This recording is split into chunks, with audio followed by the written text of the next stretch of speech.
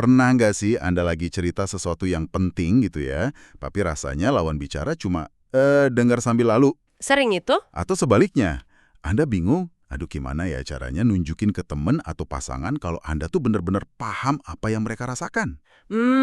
Ya. Itu dilema komunikasi yang umum banget. Kita semua kayaknya punya kerinduan yang sama ya, pengen merasa dilihat, dimengerti gitu. Kadang justru momen-momen saling memahami itulah yang bikin hubungan jadi kuat banget. Betul sekali. Koneksi itu intinya. Nah, hari ini kita mau coba menyelami sebuah kerangka kerja yang menarik nih dari materi yang Anda bagikan. Spesifiknya dari bab 5 buku Validation. Ya, bab 5. Kerangka ini namanya tangga validasi. Kayak semacam panduan 8 langkah buat membangun pemahaman dan koneksi yang lebih dalam. Tujuannya, biar kita bisa lebih jago melihat orang lain dan akhirnya merasa dilihat juga. Oke, mari kita bedah bareng-bareng ya. Siap. Konsep validasi ini memang sering banget disalahartikan. Banyak yang mikir validasi itu ya harus setuju Iya. atau harus muji terus. Iya, kayaknya gitu pemahaman umumnya. Padahal kalau kita lihat di sumber kita di bab 5 ini, validasi itu lebih dalam dari itu. Ini tuh cara berkomunikasi yang nunjukin 3 hal penting. Pertama, Anda hadir dan memperhatikan beneran, secara mindful. Hadir penuh gitu ya. Betul. Kedua, Anda berusaha memahami sudut pandang mereka. Dan ketiga, Anda berempati sama pengalaman mereka. Intinya, Anda mengakui kalau pengalaman mereka itu, ya pikiran, perasaan, sensasi badannya, itu sesuatu yang sah atau bisa dimengerti dari sudut pandang mereka. Oke.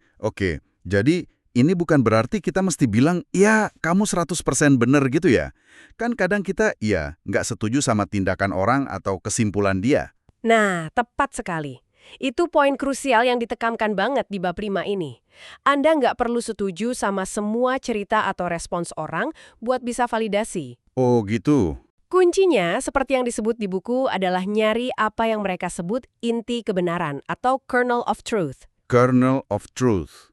Inti kebenaran. Iya, coba cari satu aja bagian dari pengalaman mereka yang menurut Anda tuh masuk akal, bisa dimengerti, atau valid lah dari kacamata mereka. Mungkin Anda nggak setuju teman Anda marah-marah sampai banting pintu, tapi Anda bisa paham kenapa dia merasa frustrasi banget di situasi itu. Oke, paham. Jadi fokus ke alasan dibaliknya bukan cuma perilakunya. Betul. Seringkali kita kan langsung fokus ke bagian yang kita nggak setujui, ya kan? Langsung pengen debat atau ngasih tahu kalau dia salah. Nah, validasi ini ngajak kita buat sengaja, pelan-pelan cari titik pemahaman itu sekecil apapun. Itu menarik. Jadi kayak nyari celah buat nyambung, bukan langsung nyari celah buat berantem. Persis. Dan ini nyambung ke prinsip penting lainnya, validasi hanya yang valid atau only validate the valid. Gimana itu maksudnya? Agak teknis ya kedengarannya. Iya, sedikit. Tapi intinya gini, mungkin emosi seseorang, misalnya rasa takutnya dia, itu valid dalam konteks pengalaman dia. Ya wajar dia takut. Tapi cara dia bereaksi, misalnya jadi teriak-teriak ke orang lain, itu mungkin kurang pas. Nah, kita validasi rasa takutnya. Wajar kamu takut dalam situasi kayak gitu. Tapi bukan berarti kita membenarkan teriak-teriaknya. Oke.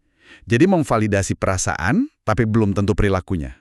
Atau bisa juga pemikirannya valid berdasarkan info salah yang dia punya. Kita bisa bilang, oh kalau informasinya kayak gitu ya masuk akal sih kamu mikirnya begitu, tanpa harus setuju kalau informasinya benar. Ini bukan pembenaran, tapi soal memahami konteks. Oke, mulai kebayang. Satu lagi nih yang penting, validasi itu beda banget loh sama problem solving atau langsung ngasih solusi. Nah, ini sering kejadian nih. Temen curhat, kita langsung, harusnya kamu tuh gini. Iya kan? Padahal menurut buku ini, terlalu cepat nawarin solusi malah bisa bikin orang ngerasa nggak didengerin, nggak divalidasi. Mereka seringnya butuh ngerasa dipahami dulu, baru deh siap mikirin langkah selanjutnya. Oke, paham banget. Jadi tahan dulu hasrat jadi pahlawan pemberi solusi ya. Dengerin dulu. Nah, tadi Anda sebut soal tangga validasi dari bab 5.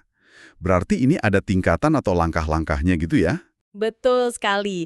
Bab 5 ini secara spesifik menguraikan strukturnya kayak sebuah tangga dengan 8 anak tangga. Nah, 8 keterampilan ini dikelompokkan lagi jadi 3 tingkatan besar. Ibaratnya kayak fondasi, lantai tengah, sama puncak dari bangunan pemahaman gitu. Tingkatannya itu, kesadaran penuh, mindfulness, pemahaman, understanding, sama empati, empathy. Wah, menarik. Jadi kayak naik tangga gitu ya. Semakin tinggi, semakin dalam koneksinya. Bisa diurai sedikit nggak tiap tingkatannya? Bisa, bisa. Kita mulai dari paling bawah ya, fondasinya dulu. Tingkat dasar ini namanya keterampilan kesadaran penuh atau mindfulness skills. Ini tuh benar-benar soal nunjukin kalau Anda hadir. Hadir secara fisik dan mental gitu. Iya, ada dua keterampilan utama di sini menurut bab 5. Pertama, attending atau menyimak penuh perhatian. Ini bukan cuma dengerin sambil main HP atau mikirin hal lain ya. Heeh. Tapi benar-benar fokus, ada kontak mata, bahasa tubuh yang nunjukin Anda nyimak.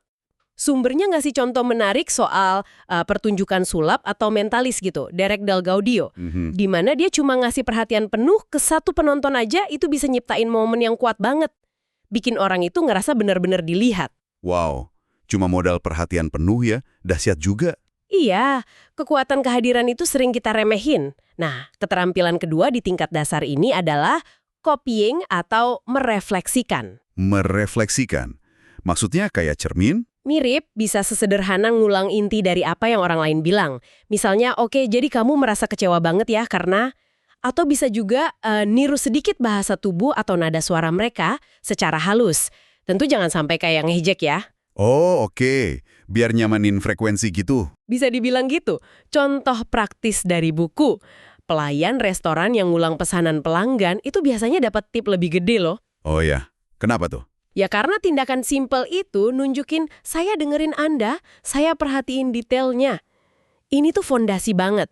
Tanpa kehadiran dan refleksi dasar ini, susah mau bangun pemahaman yang lebih dalam. Oke, jadi attending sama copying ini kayak bilang, gua di sini nih bareng lo, gua nyimak, gitu ya. Lalu kalau kita naik tangga lagi? Nah, kalau fondasi kehadiran udah oke, kita bisa naik ke tingkat menengah. Keterampilan pemahaman atau understanding skills. Di sini tujuannya bukan cuma nunjukin Anda hadir, tapi Anda mulai ngerti kenapa orang itu ngerasa atau mikir gitu. Lebih dalam lagi nih. Iya, ada 3 keterampilan di tingkat ini.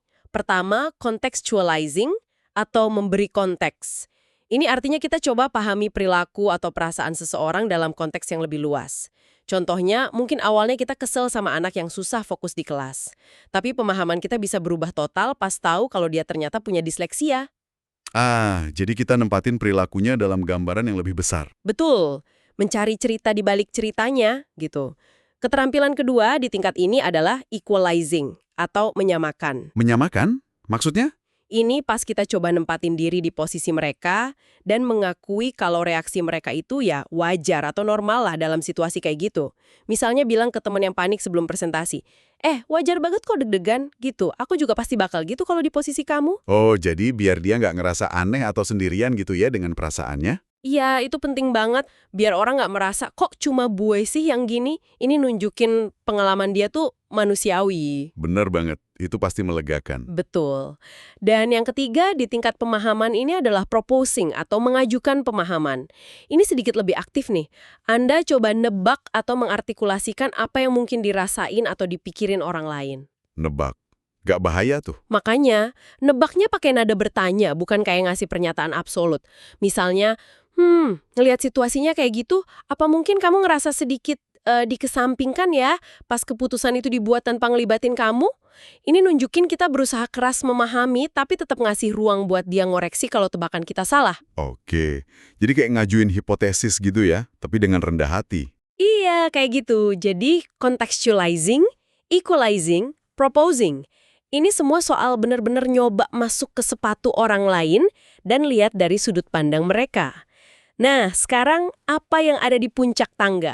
Makin penasaran nih. Di puncak tangga, kita nyampe di tingkat puncak, keterampilan empati atau empathy skills. Kalau di tingkat sebelumnya kita berusaha ngerti, di sini kita lebih ke merasakan bersama dan nunjukin kepedulian secara nyata. Wah, ini level tertinggi berarti ya? Bisa dibilang gitu. Ada 3 keterampilan lagi di sini. Pertama, taking action atau mengambil tindakan. Validasi di sini nggak cuma lewat kata-kata, tapi lewat tindakan nyata yang nunjukin Anda peduli dan paham kebutuhan dia. Contohnya gimana? Misalnya, bawain sup buat temen yang lagi sakit, atau nawarin bantuan ke rekan kerja buat nyelesain tugas pas tahu dia lagi kewalahan banget. Tindakan kayak gini seringkali berbicara lebih keras daripada kata-kata. Benar juga. Empati yang jadi aksi nyata ya. Iya, terus ada emoting atau menunjukkan emosi. Ini pas Anda secara tulus nunjukin emosi yang sesuai sama apa yang dirasain orang lain.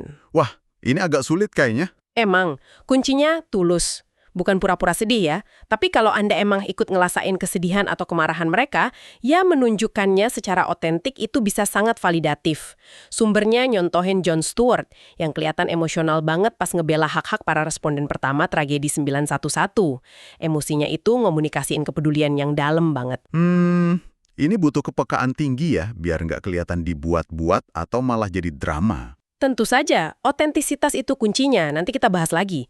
Nah, keterampilan terakhir di puncak tangga adalah disclosing atau mengungkapkan diri. Ungkapin diri, maksudnya curhat balik gitu? Bukan curhat balik yang ngambil alih panggung ya, tapi lebih ke secara hati-hati Anda bagiin pengalaman pribadi Anda yang relevan buat nunjukin kalau Anda paham apa yang dialamin.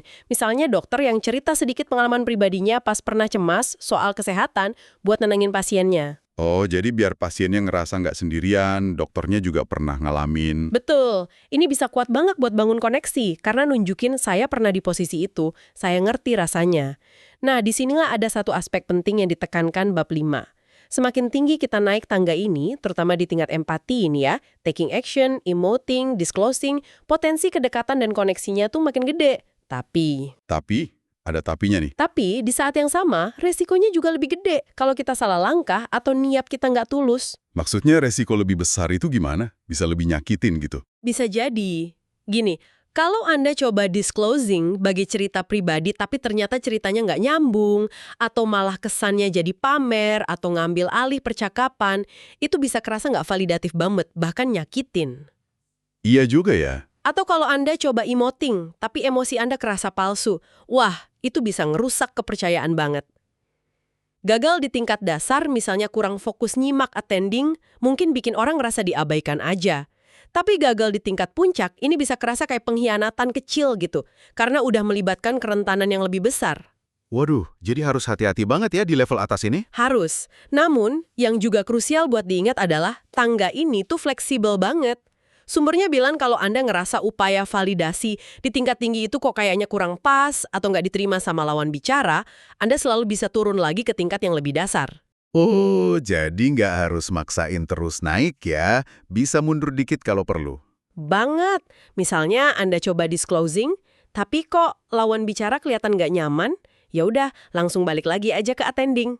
Fokus nyimak lagi, tunjukin kehadiran peluh, bangun lagi rasa aman dan koneksinya. Oke. Atau balik ke copying buat mastiin Anda nangkep pesannya bener nggak. Bahkan orang yang jago banget validasi, kayak yang dicontohin sumber pakai Oprah Winfrey, itu pun kadang perlu mundur sejenak, balik nyimak lagi, sebelum nyoba pahamin lebih dalam lagi. Fleksibilitas ini penting. Wah, ini melegakan sih. Tahu kalau kita nggak harus selalu sempurna di tingkat paling atas. Bisa turun naik sesuai kondisi ya. Nah, soal otentisitas tadi, bisa dielaborasi lagi? Penting banget kayaknya. Oh, ini ditekankan berkali-kali di bab 5. Intinya gini, validasi yang palsu, yang pura-pura, itu bukan validasi. Itu jatuhnya manipulasi, dan biasanya orang bisa ngerasain loh. Feeling orang kuat ya soal ginian? Kuat, validasi cuma efektif kalau dilakuin secara tulus dan otentik. Anda cuma bisa validasi sejauh mana Anda benar-benar bisa hadir, mindful, benar-benar bisa nyoba memahami, understand, dan benar-benar bisa berempati, empathize, secara jujur dari hati. Jadi ini bukan soal menguasain teknik biar kelihatan peduli, tapi soal sungguh-sungguh berusaha untuk peduli dan memahami. Ya sejauh kapasitas kita saat itu aja. Jadi kuncinya di niat sama kejujuran hati kita ya? Bukan sekedar hafalan 8 langkah ini? Tepat sekali. Dan ya namanya juga keterampilan, ini butuh latihan. Nggak ada yang langsung jago 8 langkah ini semua. Iya sih benar juga. Sumbernya nyaranin buat nggak maksain diri. Mungkin pilih satu aja keterampilan dalam seminggu buat dilatih secara sadar. Misalnya minggu ini fokus benerin attending, minggu depan coba lebih sering contextualizing kalau ada kesempatan. Oh, jadi pelan-pelan aja. Iya, yang penting selalu ingat tujuan utamanya. Kayak mantra yang diulang-ulang di buku, tunjukkan bahwa Anda hadir, Anda mengerti, dan Anda peduli. Show that you're there, you get it, and you care. Menariknya nih, dari sudut pandang neuroscience yang juga disinggung di buku, latihan berulang kayak gini tuh secara harfiah ngebangun dan nguatin jalur saraf di otak kita loh. Wah, beneran? Iya. Jadi semakin sering dilatih, respons validatif ini bisa jadi lebih otomatis dan natural, bukan lagi sesuatu yang harus kita pikirin keras setiap saat. Keren banget. Oke, ini semua sangat mencerahkan ya. Kita udah bedah tangga validasi dari bab 5 ini. Ada 8 langkah. Attending, copying, contextualizing, equalizing, proposing, taking action, emoting, disclosing. Yang dibagi jadi 3 tingkatan. Mindfulness, understanding, empathy. Nah, sekarang gimana semua ini bisa relevan buat Anda yang lagi dengerin? Mungkin bisa dibayangin langsung ya. Iya. Mungkin Anda bisa bayangin gunain ini pas lagi ngobrol sama pasangan soal topik sensitif. Atau pas lagi nyoba pahamin sudut pandang anak remaja Anda yang rasanya kok beda banget sama kita. Atau di tempat kerja juga bisa banget. Nah iya, di tempat kerja. Pas hadapin kolega yang opininya berseberangan banget sama kita. Dan jangan lukain penerapannya ke diri sendiri. Konsep self-validation atau validasi diri itu juga disinggung loh. Oh iya? Validasi diri gimana tuh? Ya, gimana kita bisa pakai langkah-langkah ini buat lebih nerima dan memahamin emosi, pikiran, dan pengalaman kita sendiri, tanpa kejebak dalam kritik diri yang berlebihan. Misalnya, ngakuin kalau ya wajar aja ngerasa kecewa pas gagal. Atau nyoba mahamin kenapa sih kita kok reaktif banget sama situasi tertentu, mungkin ada kaitannya sama pengalaman masa lalu. Ini bagian penting juga dari kesehatan mental. Benar banget. Kadang kita paling keras justru ke diri sendiri ya. Oke, jadi apa artinya semua ini buat Anda? Tangga validasi ini intinya kayak peta atau alat gitu ya. Bukan buat ngejudge orang lain, tapi buat bantu kita bangun jembatan pemahaman. Di dunia yang sering banget penuh salah paham dan polarisasi kayak sekarang. Iya, makin kerasa ya. Kemampuan buat benar-benar melihat dan memahami orang lain dan diri sendiri juga itu jadi makin krusial. Ini soal koneksi, bukan soal menang atau kalah argumen. Betul. Kalau mau dirangkum singkat banget nih, tangga validasi dari bab 5 ini nawarin 8 cara konkret. Mulai dari yang paling dasar, kayak nggak sih perhatian penuh, attending, sampai yang paling intim kayak bagian pengalaman pribadi yang relevan, disclosing. Semuanya punya tujuan sama. Komunikasikan ke orang lain atau diri sendiri kalau pengalaman mereka itu dilihat, didengar, dan diterima sebagai sesuatu yang sah dari perspektif mereka. Dan selalu ingat inti pesannya. Apa tadi? Tunjukkan bahwa Anda hadir, Anda mengerti, dan Anda peduli. Gak harus selalu setuju, tapi selalu berusaha buat terhubung. Mantap. Terima kasih banyak sudah menyimak pembahasan kita kali ini ya. Kita udah coba selami bareng isi bab 5 buku Validation.